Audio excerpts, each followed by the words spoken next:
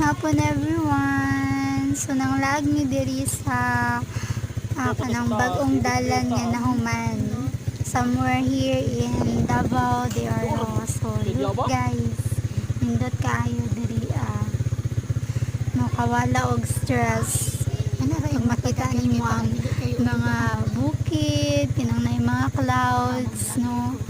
Sa kuha guys, ma-relief ako ang kanang feelings nga na kay anang adventure ay kanang nature lover man ko guys. So ma-happy jud ko guys makakita ko mga nga na clouds na bukid bar jud ko, oh my god, makaana jud ko guys. Char kauwihan. So malipay jud kay ko guys kay nature lover kayo ko, no.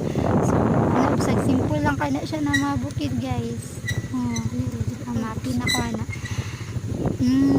nindot kay diri lagan guys. So actually nadyo na view dira ibabaw pa. So wala na mi nilahos kay hapon na mi nang laag ana siya ko nga muli na lang ta balik lang ta sunod kanang sayura ta kay hapon na manggod niya kasi magabian mi pag-uli iba kasi Ricardo ana. So uli na lang mi og sayo na mini padayon dito sa overview. So nindot yun daw dito guys kay makita nimo tanan mga kuan. Pero nindot naman gyapon diri guys pag nilang naman sa duol ra ni guys. Nindot kayo diba diri itong truck club pa uli na mi ani pabahada na mi naginainay rami kay akong video dili stabilize. So mo nainay na lang para dili kayo kurog. Saan man yatong cellphone guys no pang malakasan.